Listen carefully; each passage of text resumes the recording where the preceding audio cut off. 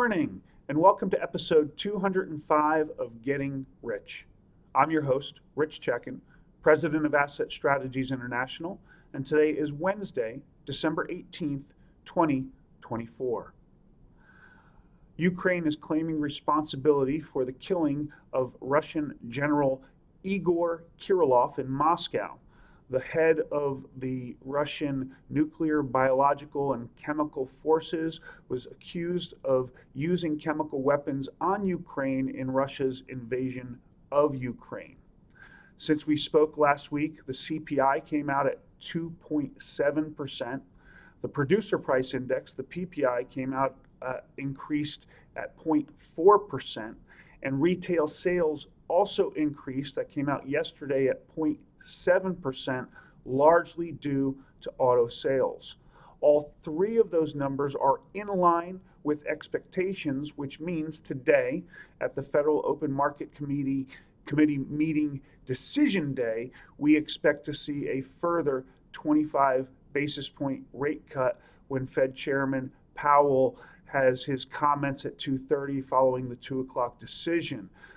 Most people believe that we will see a bit of a pause, maybe not a rate cut every meeting, but every other meeting into 2025. There's a lot of indecision at this point, but nobody believes there'll be anything other than a rate cut here today.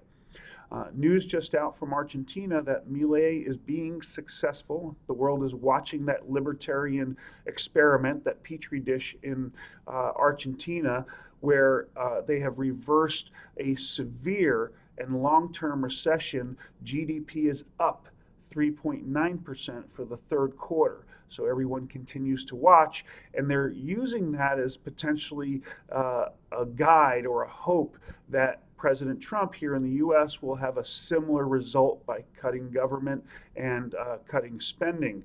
However, cutting spending is not part of President Trump's plan. Let's take a look at the numbers, and I'll talk more about the wait and see approach that a lot of investors are taking and why I don't know that they should. First off, gold. It's down 1.8% this week. It's currently at $2,646.50 an ounce. It was $2,695.10 last week. Silver's down 4.6% to $30.44 an ounce. It was $31.91 last week. Platinum down $4 to $941 from $945. That's a 0.4% decrease over the week. And palladium is down 3.6% to $954 an ounce. It was $990 an ounce last week.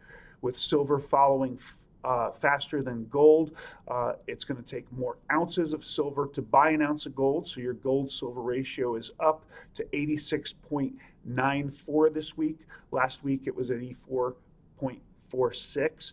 And the US dollar continues to inch up. It's at 106.93 on the index today. Last week it was 106.67. So we're hearing more and more from investors saying they're going to take a wait and see attitude and want to see what happens once President Trump is inaugurated in January and what steps he takes and the impacts they have on the economy. I can tell you that part of President Trump's plans that's getting a lot of press right now are raising tariffs against China, Canada, and Mexico. They're talking about deportations, which will cost money. They're talking about tax cuts, which will cut revenue. And there is no talk whatsoever about cutting spending other than the cuts that they're looking to make in government positions. So when you add all this up, it looks like the policies will be inflationary as they were in his first term, and honestly, as both Democrat and Republican presidents and Congresses have done for decades. I'm not really sure why there's a wait and see attitude. We have a bit of a pause here in gold and silver, consolidation, if you will, because of this wait and see attitude, and I think it's a great opportunity to pick up some gold and silver dirt cheap. I suggest you do so. As always, we'd like you to go ahead and follow us on our YouTube channel, like us, send us your comments and questions so we can answer them on the air.